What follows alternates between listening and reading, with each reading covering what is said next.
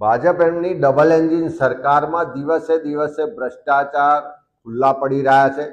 સરકારમાં બેઠેલા લોકો એના અધિકારીને તંત્રના મેળાપીપણાથી ચારે બાજુ જે લૂંટ ચલાવવામાં આવી રહી છે એ પાપનો ઘડો હવે ભરાઈને ફૂટી રહ્યો છે.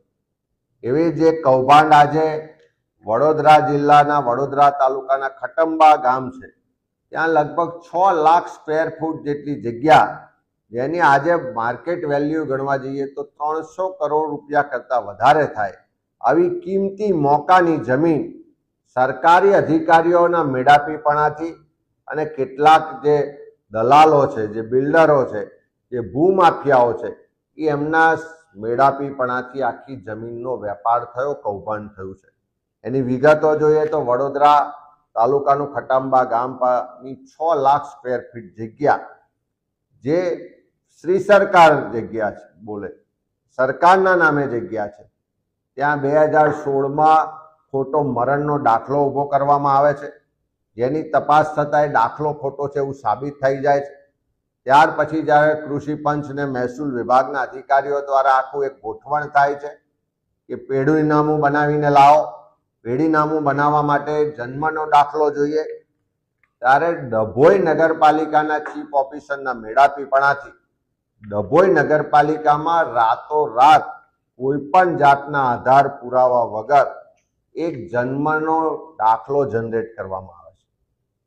અને જન્મનો દાખલો પણ એવી રીતે જનરેટ થાય છે કે રાતોરાત દાખલો જનરેટ થાય છે અને પછી થોડા દિવસ પછી એ બધા જ ડોક્યુમેન્ટ, તમામ પુરાવા બધી જ જગ્યાએથી નાશ કરવામાં આવે છે. પણ એ દાખલાના આધારે પેઢીનામું થાય છે, એ દાખલાના આધારે રેવન્યુ ડિપાર્ટમેન્ટમાં જમીનમાં એ નામ દાખલ થાય છે અને જે વ્યક્તિ ભારત દેશમાં નથી રહેતા, માલ્ટામાં રહે છે, એના પાસપોર્ટની વિગતો છે, એ વ્યક્તિના નામે જમીન થઈ જાય છે.